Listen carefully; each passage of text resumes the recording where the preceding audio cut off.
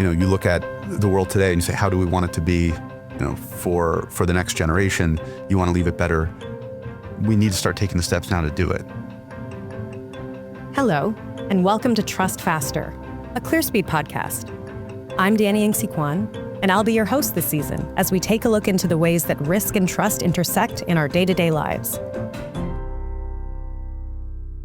When we talk about trust, especially when it comes to the relationship between citizens and governments, or between consumers and companies, or even between employers and employees, a lot of the time what we're actually talking about is a trust gap. We live in a time where technology is allowing everything around us to move quicker than it ever has before. The world is a global marketplace where commerce and community happen online, and yet sometimes it feels like we trust each other less than we ever have. Our interactions with authority or security, or even with each other, often start at a place of distrust. Just think about the last time you applied for a job or tried to cross a border. We know safety is important, absolutely. But it seems like there has to be a different approach to navigating those moments where risk and trust intersect. And that's what this show is about. Trust, risk, and those moments in our lives where the two meet. We've got an incredible lineup of guests, and we're going to be challenging them to think big about some really important issues.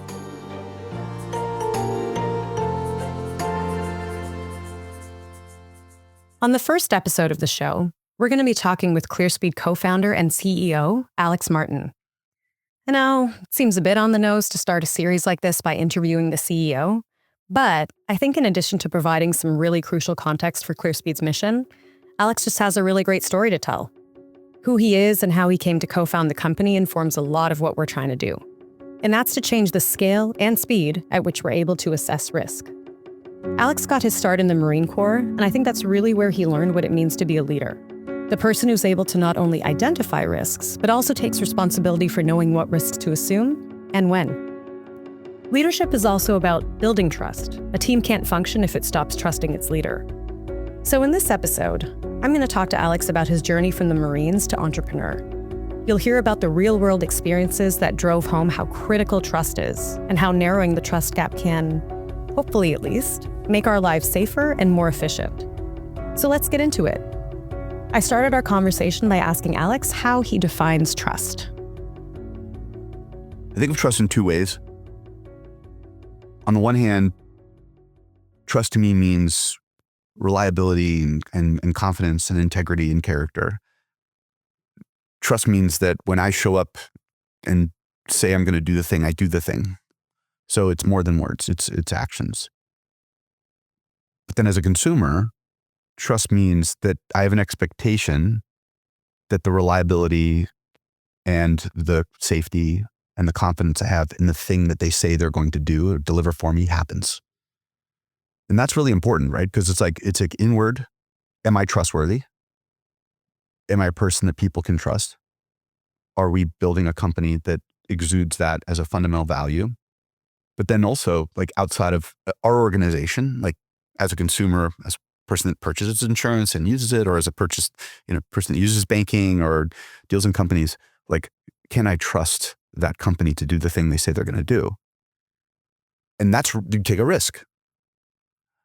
I believe that when I click the Uber app, it's going to deliver the car on time.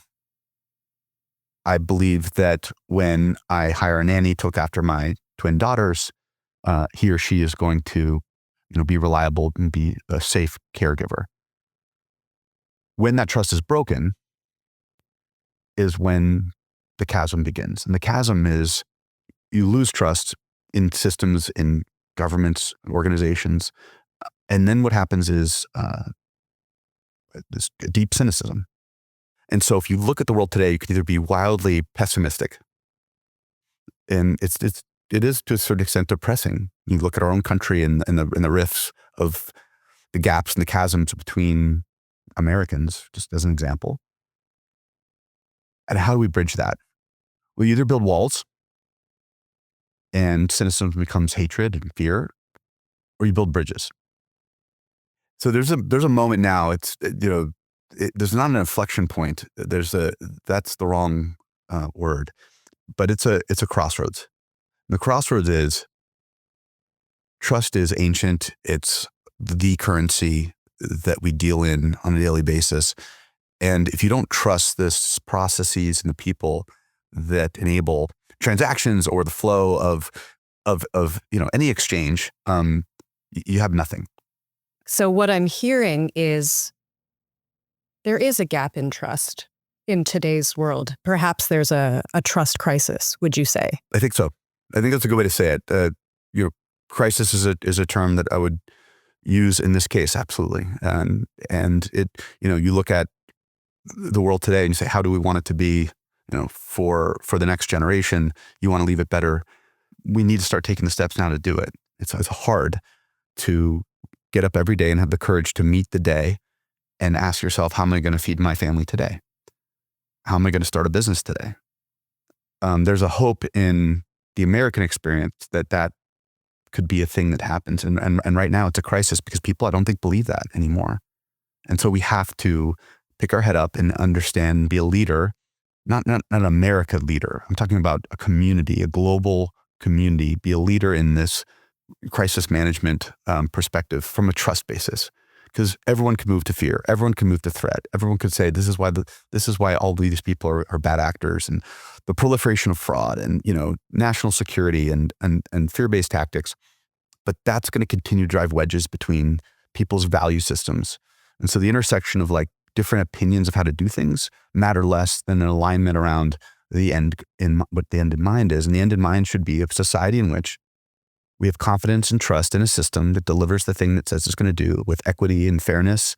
And there's just great promise in that. And that's technology's promise to help from a social justice standpoint and from an equity standpoint, and just the ability to advance everyone at the same time who's willing to step up and take their own courage to make these things.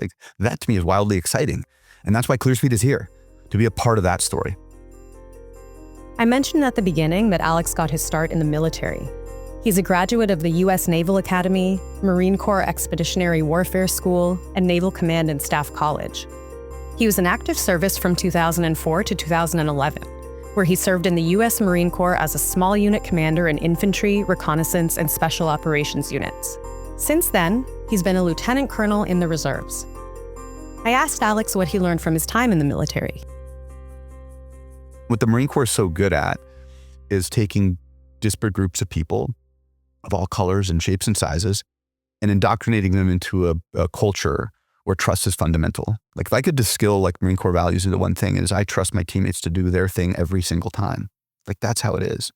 They trust me, I trust them, and lives are on the line, right?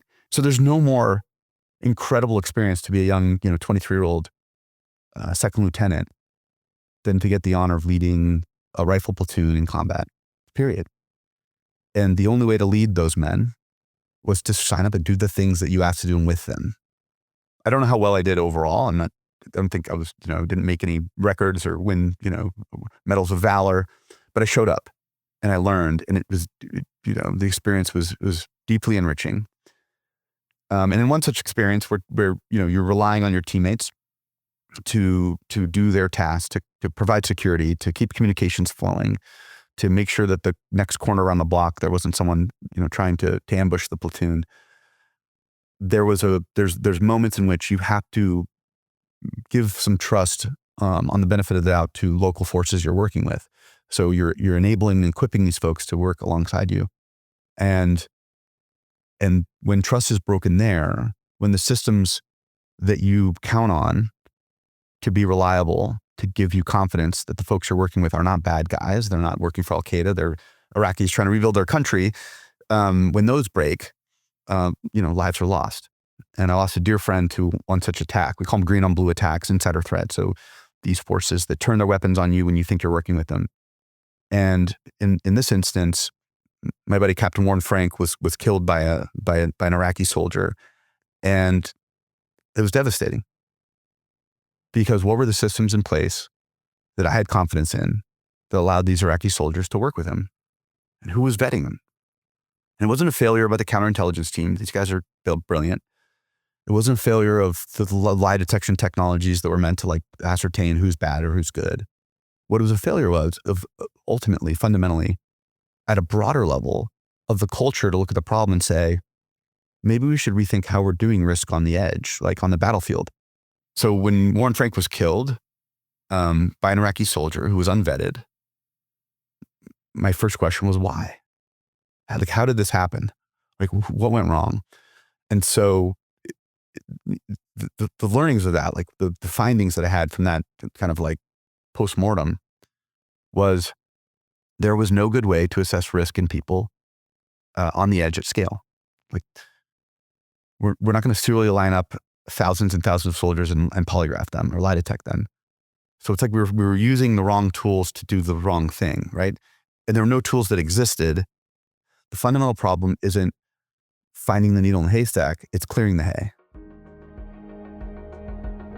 After Alex left active duty, he founded a private maritime security company based in Oman. He also lived and worked in rural Kenya for 2 years as the team leader and country manager for Nuru International, a social enterprise dedicated to ending extreme poverty. Military service to private security seems like a pretty straightforward path, but moving from there to farming and social enterprise seems like a bit of a left turn. But to hear Alex tell it, all of those experiences are part of one slightly winding road towards his current work at Clearspeed. So my kind of professional life in 3 parts, marine, entrepreneur, farmer, and entrepreneur 1.0 farmer. So experiences as a Marine, the learnings from that was trust is fundamental to the execution of a mission. Like mission success, the premise is if you don't have trust, you fail.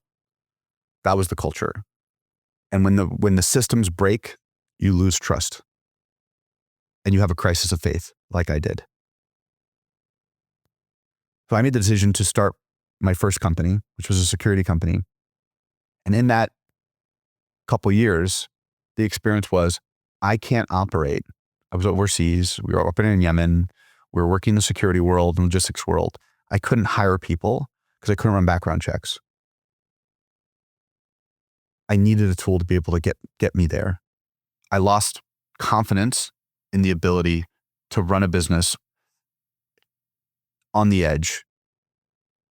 My competitors and my other, kind of entrepreneurs in the similar space would just underwrite that risk. We just say, we're just not going to run a background check. We're just going to hire you because people were motivated by greed. That wasn't me. And then the third chapter, as a farmer for social venture, Nuru International's mission was let's go to the hardest places to enable and equip, small shareholder farmers, give them access to capital, deploy best agronomic practices, give them the application of healthcare and financial inclusion, and allow them to lead a community of change. So not West coming in, do these things, but rather, what's your problem? What do you need to solve it? Tell us, provide capital and scale, community-led, local-based, all with the idea of, if this works, I don't become a terrorist. I don't become a Somali pirate. I'd actually rather just be a farmer, right? Meaningful choice.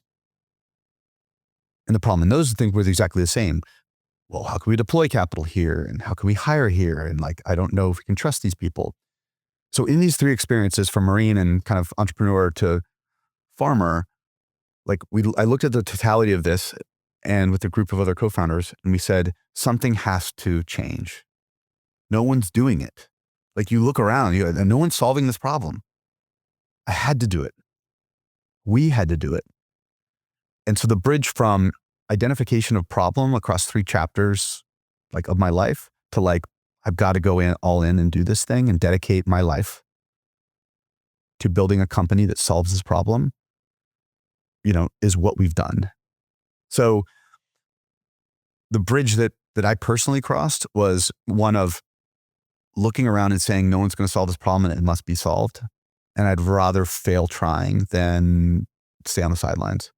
If we talk about Clearspeed for a little bit, how would you describe what exactly is the problem that Clearspeed is solving? The problem Clearspeed is solving is there is no good way to assess risk at scale in humans. There's databases that have profiles of people, and often those databases are incomplete or outdated or expensive to get. There's humans that can look at a human and they're incredible at making a decision of is this person trustworthy or not, but those humans don't scale. And Clearspeed comes at this intersection of human judgment and providing an exponential component to the ability for that high demand, low density resource to actually do the work on the people that they need to. What I mean by that is most people are stuck at this intersection of trust and risk. I could trust everyone blindly and have a very efficient process in terms of fluidity. Like I can pay every claim, I can underwrite every, loan, I can complete every transaction.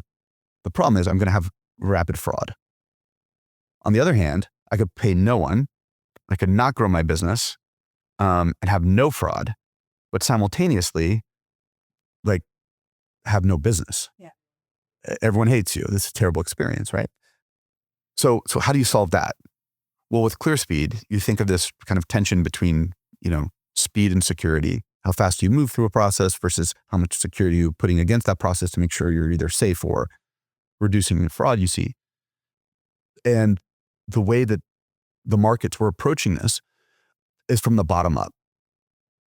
And so we flip the equation and we say, Clearspeed asks ourselves, what's beyond fraud detection? What's beyond lie detection? And what's beyond fraud detection, what's beyond lie detection is an assessment of risk. Like the application of an unbiased, scalable, automated tool that provides a data point that doesn't exist. And that's fundamental. Like if you think about, databases and you're not running a FICO score in Nairobi, to give a loan to a business owner. You're not running a background check in Yemen. It just did not. It's impossible. In more advanced economies, you're doing those things, but there's a lot of bias in those models. So if you're a person of a certain gender, or ethnicity, makeup, you may not get the right trust score or risk score. Well, there is no trust score. Enter Clearspeed. A way to assess risk where you arrive at a trust score that allows people to opt into a process, to get to trust faster, to get a loan, to get paid, to get a job, to get hired, to be validated. And in that way, the invention becomes the innovation. The invention of using voice analytics to assess risk in speech is incredible technology, but the innovation is the application of this as a trust platform to allow people to opt into a system that didn't exist. And, the very simple example would be you're either waiting in line at an airport or you've opted into a process where you could be fast-tracked. That's a decision people make. That doesn't exist in banking and insurance and in the enterprise. And so we're creating that fast-track lane. And I think in that way, it becomes quite revolutionary because markets could get unlocked. People will have trust because they're opting into a system process that they didn't have before. And businesses can expand to regions and markets that they couldn't before. And so that's where Clearspeed exists, at the intersection of trust and risk, where we use speed as our security. And we allow people to move through processes with unprecedented speed. And I think speed's the name of the game here with trust. Speed and safety often seem like they're at odds with one another. But with Clearspeed, Alex is trying to flip this paradigm on its head. It's a tech solution to a very human problem. How do we narrow the trust gap? There's a counterintuitive thing that happens in traditional risk assessment. Like our interactions at the airport or when we file an insurance claim. It can feel like everything starts from the assumption that you, the individual with basically no power and no agency in the situation, are not and should not be trusted. And that's sort of baked into a lot of human-based risk assessments. Who are you? Where are you going? Why are you going there? And so on. Alex's idea is that by making the first stage of risk assessment more of a formality, a kind of procedure that we can get through quickly and in a neutral way, if we can do that, then we can clear low-risk people quickly and efficiently without the traditional bottlenecks where everyone goes through the same rigorous screening process. In a nutshell, you answer a few simple yes-no questions, a voice analytics algorithm does its thing, and the result is either an all clear or a flag to do some additional screening. Ideally, it means more people are able to move through this process in a much shorter amount of time. You'll hear Alex refer to it as exquisite tech. That's shorthand for highly sophisticated. It's a way to attach some special significance to it. The early kind of thinking from a security and fraud and risk management perspective is we're going to go to the source to conduct fraud or lie detection. We want to ascertain, are you committing fraud or are you a risk? And so we're going to have an exchange, human to human. And in the consumer world where there's no polygraph, like you're basically doing a human-based lie detection approach, right?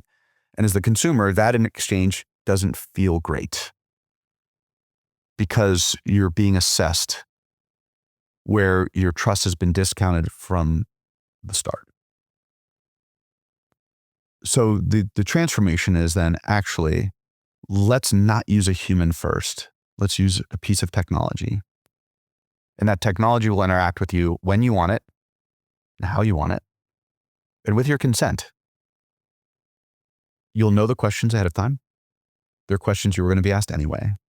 And the incentive to taking this step, couple-minute automated questionnaire, the incentive is you're just going to move through that process faster, like you'll get paid.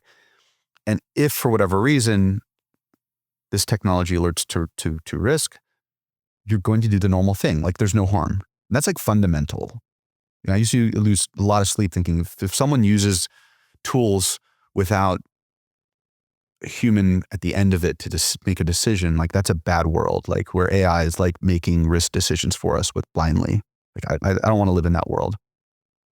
But in a world where AI and other exquisite technologies and Clearspeed is augmenting a process to say, go through this other thing, but then if you don't do it, here's the normal thing. Now you'll have the exchange with the human that's you're used to, you're accustomed to. Like now lie detection becomes risk assessment. And the risk assessment first approach is something we're innovating on. Like no one else is doing that. Like when you apply for a loan or whatever, they're running untold amount of checks on you. You don't even know it's happening, right? And they're looking at your credit history and your background check and scores and your profile and maybe how you typed into the automated platform. And like they're using all these tools, and a lot of these are great technologies to say, is Alex trustworthy? Like can we make this decision or not? Then the human's going to call me and they're going to shake me down and we're going to have the lie detection experience or the fraud detection experience. And so end to end, it's a rough customer experience. And if you're the business, it's expensive. So you're doing data calls, you're doing expensive. And so that's just not going to work because on the one hand, you're applying these new technologies to try to help lubricate that process. But on the other hand, the sophisticated fraudsters or bad actors are using those same technologies or variations of them to attack you. And so what's stuck in the middle are consumers with degraded experiences who are disappointed and lose trust in your ability to give them what they want you to have. And on the other hand, you're the business is saying, I cannot underwrite this. It's too expensive. Like I can't throw more people at the problem. And that's what's, again, like that is where Clearspeed plays when we look at this and say, we want the first point of touch to be an experience where on your terms, with your consent, you're pushing yourself through a process that wouldn't exist without us. We're doing it right now. The hurricanes just hit. People are devastated. I can't imagine what it would be like to lose your home or to be displaced in this way. These people are suffering, and the carriers are responsible and they're thoughtful and they want to help, but they can't throw humans at this problem. We're injecting into that process today, like in real time, like right now, and we're helping victims of catastrophic events get paid faster. And to me, that's really inspiring. I'm going to pretend I'm not on the Clearspeed team. I'm going to be one of the naysayers. We're talking about exquisite technology, talking about combining exquisite tech with a human expert. What about bias? Sure. It's a great question. And one we thought about since day one. Speech is incredible. Like there's an arms race in voice right now. Like Microsoft, Google, Apple, everyone has a voice strategy. And you can glean incredible things in speech. Dr. Rita Singh at Carnegie Mellon, she's a genius. Go on YouTube, check her out. She's incredible. What she can do, the Voice Language Institute at Carnegie Mellon, like amazing. What they can do to understand disease or any untold elements of like your background, they can tell you things you would never imagine, all within speech. Also, in speech are artifacts related to risk. So what we do is we detect these artifacts, we quantify them, and they're universal characteristics. So whether you're in Somalia or Silicon Valley, Nairobi or New York, like these things are present or they're not. If we detect that risk in speech, we don't know who you are, we don't know your gender, we don't know your race, we don't know your age, we don't know your identity, and we're not running biometrics. All we're doing is detecting these characteristics. And so the bias is free starting from the questions. Like that's one. If you have a biased question, you're going to get a bad response. The questions. The second is the technology was built underpinned from understanding these universal characteristics, right? So like a heartbeat, if I put a stethoscope on your chest, I don't know you're a female, I don't know that your age, I don't know that you're from Canada, I just am listening to your heartbeat. And a heartbeat is a certain pace. And sometimes it's accelerated and sometimes it's down. And as a doctor, a practitioner, I might say, you have an elevated heart rate, why? So from the data set to how the tech was built and conceived from the perspective of risk assessment and lie detection to how it's deployed, all this bakes into, and our chief science officer will not let me say, we have no bias. You can't say that. But what you can say is, to date, we have a bias-free approach. And we're looking at it every day. We do not have black box AI. We know exactly the characteristics we're detecting. And in that way, it provides our ability to have an unbiased approach to assessment of risk at scale. You've often said, which I think everyone would agree, like data is a trailing indicator, particularly historical data. That in itself has bias because it's based on behavioral patterns. It's based on socioeconomic patterns that where everybody gets grouped together. And in this case too, it sounds like we're also getting more of a moment in time versus something that is trailing. 100%. So everyone, like I said, everyone is going to have a voice strategy. Everyone has an AI strategy. And so when I think about people's AI strategy, if you're not incorporating Clearspeed, you have a critical blind spot. And that critical blind spot will represent a gap that will degrade your ability to scale and will harm your customer experience. That's where we come in. And that's the magic. Like the magic is the application of providing this data point, which doesn't exist anywhere else, which is not a trailing indicator, which allows the consumer experience to be elevated and at the same time save cost and reduce overhead and expense. And as a resource allocation phenomena, that's where we're running towards. Like triage, resource allocation, like the exponential underwriter, the exponential claims handler, the exponential counterintelligence operative. Like take these humans who are so smart and well-trained and allow them to have incredible exponential scale. And it's all about triage. That's the innovation.